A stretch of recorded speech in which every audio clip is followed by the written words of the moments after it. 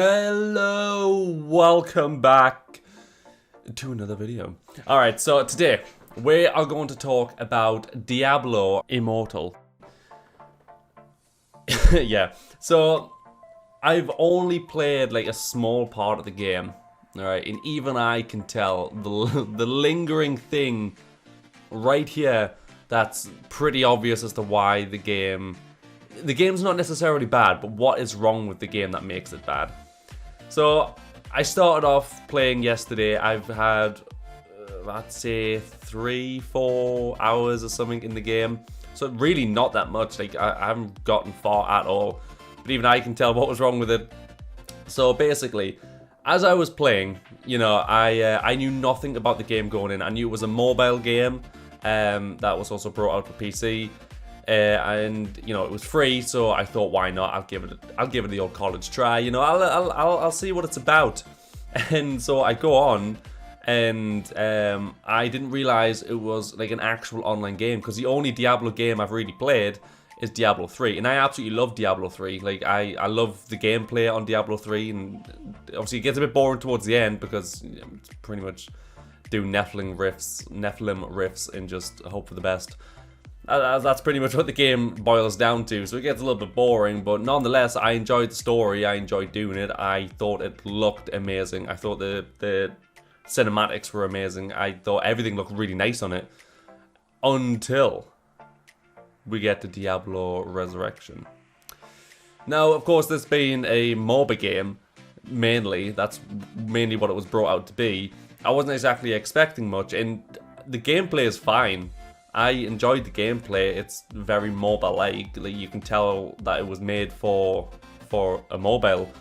But once I got so far through it, I realized that it's an actual online game. Like, you can see other characters and other people running around, which is not normally something you would see unless you are playing like with an actual other person. Like, you can play like up to 4 players, I think, on Diablo 3, or maybe just 1 and 2. I don't really remember. It's pointless anyways. But yeah.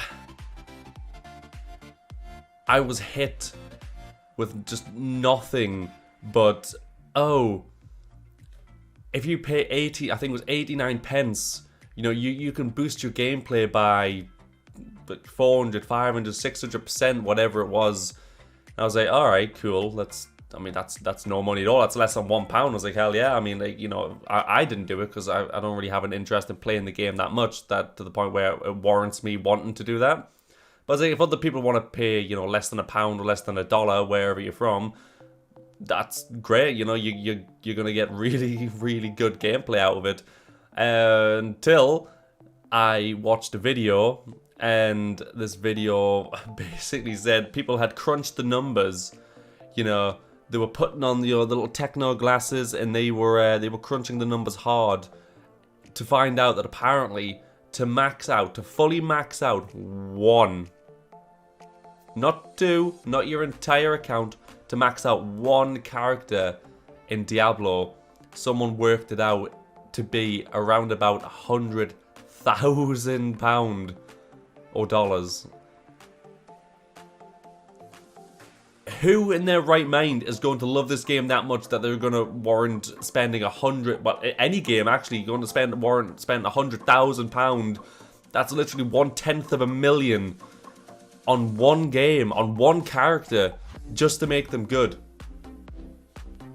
What the hell were Blizzard thinking? So basically, if you couldn't tell, yes, microtransactions are a huge thing in Diablo. They are literally everywhere, and you are heavily incentivized to purchase something because it'll you know, get you this item or that item, or you know, boost your experience or whatever it may be. You're heavily incentivized. Now, you don't have to do it, and you can play the game without it, but because now if this was like let's say a single player game like Diablo 3, or where you can play with your friends, that I don't think that would be so much of a big deal, because, well, you know, I guess you're spending your money on yourself to play your character.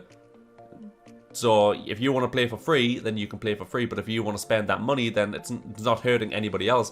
But on an online game where, you know, you're so heavily incentivized and you know, need basically to spend money to get better, than everybody else, it kind of makes it incredibly unfair. It makes it incredibly pay to win, or pay to even compete slightly, because if you don't pay, you are going to just, that's it.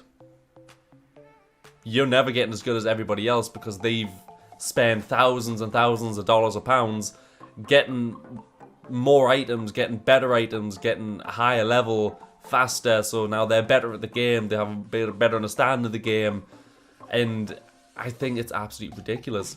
When I played the game, I was enjoying it, and I played it on stream, and one of my regulars, Dan, he was like, oh, so how are you, because he was playing the game as well, he's like, how are you enjoying the game so far? And I was like, yeah, I mean, I like it, like, I can't see anything wrong with it so far, until, you know, I was just hit with a bunch of, you know, if you want to buy these crystals, it's, you know, it's £100, there's another £100, obviously you can get cheaper ones, but like the main one was like £100 to buy like 1,000 crystals, 10,000 crystals, 100 crystals, whatever it was, and it's nuts. Yeah, and then I watched that video, and apparently £100,000 is is how much someone would have to spend to max out one of their characters in this game.